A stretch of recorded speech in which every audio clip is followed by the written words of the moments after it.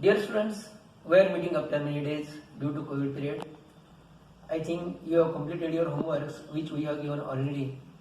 Now see, today we are going to learn one English poem that is from 2.4.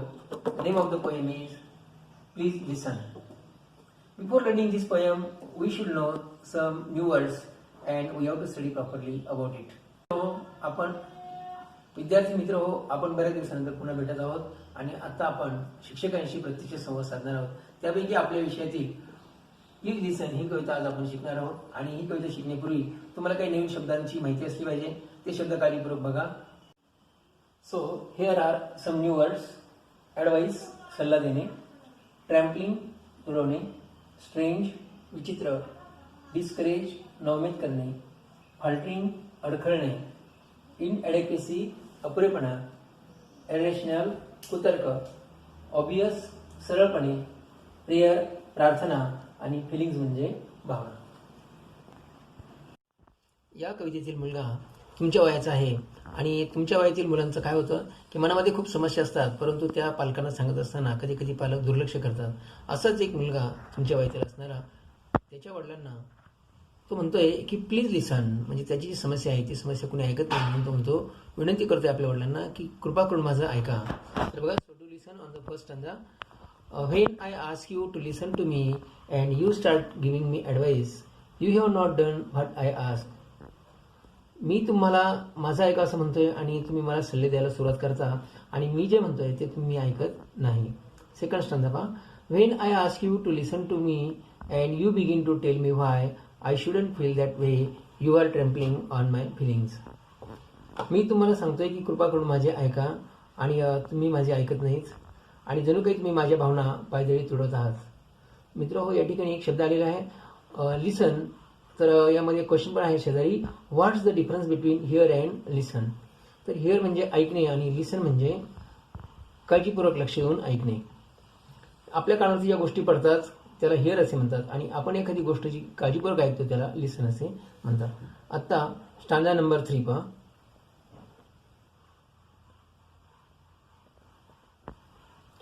When I ask you to listen to me and you feel you have to do something to solve my problems, you have fail me strange as that may SIM.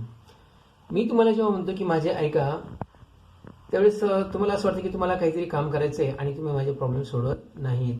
माझे problem तुम्ही सोडू शकत नाही. So you have fail me and strange as that they may seem. आणि माझ्या ज्या समस्या आहेत, माझे प्रॉब्लेम्स आहेत ते तुम्हाला ते स्ट्रेंज वाटतात, विचित्र वाटतात किंवा काही कामाचे वाटत नाहीत. नेक्स्ट सांगा. Listen all I ask is that you listen, don't talk all do just hear me. तो मुलगा खूप काकुतीने म्हणतोय, listen all I ask is that you listen. ऐका, माझं ऐका, मी काय म्हणतो ते माझं ऐकून घ्या, तुम्ही काही करू नका, तुम्ही फक्त माझं म्हणणं ऐका. Advice is cheap, 20 cents will get, you both dear Abby and Billy Graham in the same newspapers. तो मुलगा पुढे एवढंही सांगतो की 20 cents किंवा 20 पैशामध्ये तुम्हाला एखाद्या न्यूजपेपरमधून जर सल्ला विचारला तर तुम्हाला तो फुकट मिळेल. ॲबी अँड बिली हे सल्ला देणारे कदाचित परदेशातील कोणी सल्लागार असतील, त्यांचा या कवितेमध्ये उल्लेख आलेला आहे की वर्तमानपत्रामध्ये ज्याप्रमाणे आपल्याला फुकट सल्ले देणारे असतात तसा सल्ला मला मिळेल, परंतु या मुलाला आपल्या पालकांकडून सल्ला आवश्यक आहे. म्हणून नेक्स्ट स्टांजामध्ये काय म्हणतो तो बघा. And I can do for myself, I am not helpless, maybe discourage and faltering but not helpless. तो म्हणतो I can do for myself, मी माझी समस्या स्वतः सोडू शकतो. I am not helpless, helpless असं आहे, मी काय असंही नाही आहे, माझी मी समस्या सोडू शकेल, पण तुम्ही माझं ऐकून घेतलं पाहिजे. Maybe discourage and faltering but not helpless, कदाचित माझ्यामध्ये पूर्ण धाडस नसेल, मी अडखळत असेल, परंतु मी निष्क्रिय मात्र अजिबातच नाही, असंही मात्र अजिबातच नाही आहे. When you do something for me that I can and need to do for myself, you contribute to my fear and inadequacy. मित्र तो काय म्हणतो, when you do something for me that I can, जेव्हा माझ्या आवाक्यामध्ये एखादी गोष्ट असते त्यावेळेस मी ती करू शकतो. I can and needed to do for myself, आणि त्यावेळेस तुम्हाला असं वाटतं की आपण त्याला मदत करावी. आणि you contribute to my fear and inadequacy, त्यावेळेस उलट तुम्ही माझ्या भीतीमध्ये आणि माझ्या अपुरेपणामध्ये तुम्ही जणू काही भरच घालत असता. तुमच्या हे एक लक्षात आलं असेल की ही कविता फ्री वर्स आहे, म्हणजे यामध्ये आपल्याला कोणतेही रायमिंग वर्ड सापडले नाहीत, म्हणून या कवितेला फ्री वर्स असेही म्हणता येईल. नेक्स्ट पेज बघा. 52,000. But when you accept as a simple fact that I feel what I feel, no matter how irrational, then I can stop trying to convince you and get about this business of understanding what's behind these irrational feelings. See once again. But when you accept as a simple fact that I feel what I feel, माझं म्हणणं जेव्हा तुम्हाला अतिशय क्षुल्लक गोष्ट वाटते, simple fact वाटते, no matter how irrational, ठीक आहे, ती एखाद्या कुतर्काला धरून, माझी गोष्ट एखादी कुतर्काला धरून सुद्धा असेल, म्हणजे ज्या गोष्टीला काही पाया नाही अशी तुम्हाला वाटेल, खूप सिंपल गोष्ट वाटेल, परंतु काय, then I can stop trying to convince you and get about this business. मी तुम्हाला कन्व्हिन्स करायचा प्रयत्न करतो, परंतु तुम्ही त्याकडे लक्ष देत नाहीत, of understanding what's behind this irrational feelings. आणि माझ्या ज्या भावना आहेत त्या तुम्हाला इरेशनल फिलिंग्स वाटतात, कोणते काही कामाच्या वाटत नाहीत. And when that's clear the answer are obvious and I don't need advice. जेव्हा माझी शंका एकदम सरळ असते, साधी असते, माझी शंका क्लिअर होते, माझ्या शंकेत निरसन होतं, that time the answer are obvious and I don't need advice. उत्तर हे सरळ असतं आणि मला कोणत्या सल्ल्याची गरज पडत नाही. Irrational feelings make sense when we understand what's behind them. Irrational feelings, ज्या भावनांना काही तर्क नाही अशा भावना म्हणजे irrational feelings. Irrational feelings make sense when we understand that's behind them. या भावना आपण समजून घेतल्या पाहिजेत. Perhaps that's why prayer works sometimes for some people because God is mute and he doesn't give advice or try to fix things. पुढच्या कडव्यामध्ये कवी काय म्हणतात, perhaps that's why prayer works sometimes. तर कधी कधी आपली प्रेयर म्हणजे प्रार्थना आपल्या कामी येते. And for some people because God is mute. काही लोकांच्या प्रार्थना कामी येते कारण आपल्याला माहिती आहे गॉड इज म्यूट न बोलणारा, मुका असणारा किंवा देव आपल्याशी बोलत नाही. And he doesn't give advice or try to fix things. परमेश्वर आपल्याला कोणत्या गोष्टीचा सल्ला देत नाही आणि काही गोष्टी आपल्यावर लादत सुद्धा नाही. Next God just lessons and let's you work it out for your self. परमेश्वर आपली फक्त जी अर्थ हाक आहे ती फक्त ऐकतो आणि आपल्याला काम करायला तो संधी देत असतो, प्रोत्साहन देत असतो. So please listen and just help me. कृपा करून माझे तुम्ही ऐका आणि माझ्याकडे लक्ष द्या. And if you want to talk wait a minute for your turn and when I will listen to you. शेवटच्या ओळीमध्ये तो मुलगा सांगतोय की and if you want to talk, आणि माझं सगळं म्हणणं ऐकल्यानंतर तुम्हाला जर बोलायचं असेल तर तुम्ही थोडं थांबा, वेट अ मिनिट. माझं बोलणं संपेपर्यंत तुम्ही 1 मिनिटभर थांबा आणि तुमची पाळी जेव्हा येईल, फॉर युअर टर्न, तुमची पाळी जेव्हा येईल त्यावेळेस तुम्ही नक्की बोला and I will listen to you, आणि मग त्यावेळेस मी तुमच्याकडे लक्ष देईल. Thank you.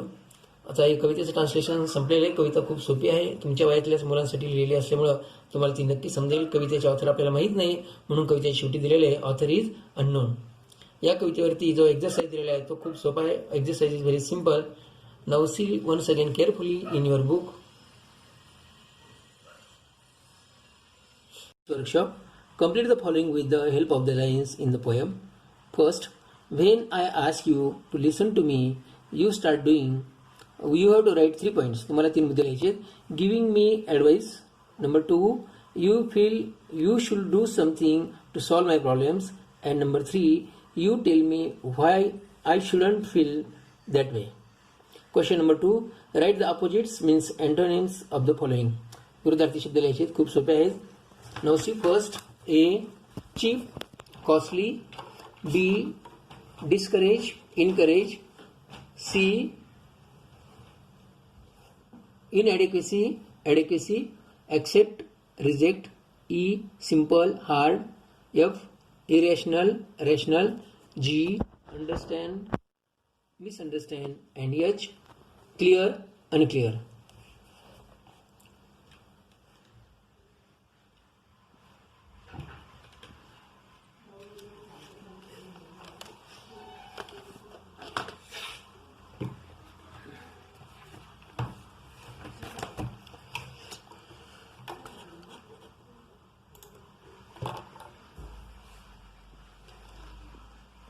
Now there is question 3. Use the following chart to prepare meaningful dialogues. Use your ideas to fill in the blanks. A. Have you read now C. तर या ठिकाणी तुम्हाला एक चार्ट दिलेला आहे. तो चार्ट तुम्हाला स्वतः भरायचा आहे. एक संभाषण आहे ए आणि बी यांच्यामधील. तर ज्याप्रमाणे तुम्हाला योग्य वाटेल त्याप्रमाणे ते संभाषण भरा.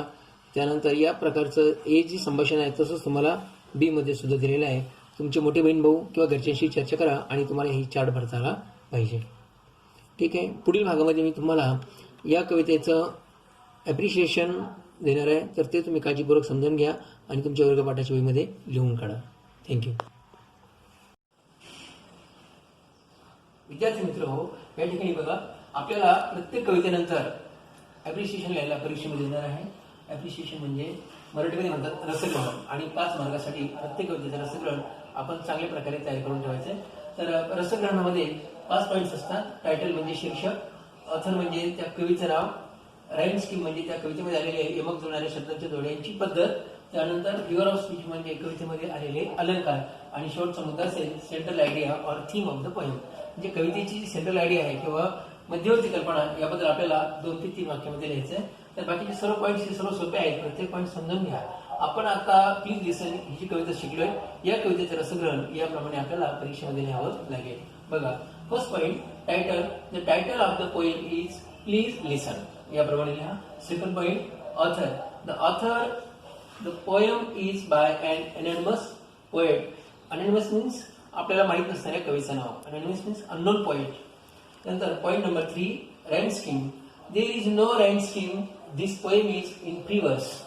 या कवितेला राईम स्कीम अशी नाहीये. ती मुक्त छंदामध्ये लिहिलेली कविता असल्यामुळे त्याला फ्री वर्स असे म्हणतात. Number 4 figure of speech. Figure of speech म्हणजे काय? अलंकार. या कवितेमध्ये अलंकार कोणता वापरला गेलेला आहे तर रिपिटेशन. जेव्हा एखाद्या कवितेमध्ये किंवा काव्यामध्ये शब्द किंवा वाक्य पुन्हा पुन्हा वापरले जातात आणि नादमाधुर्य निर्माण होते त्यावेळेस त्याला रिपिटेशन अलंकार असे म्हणतात. So figure of speech is repetition.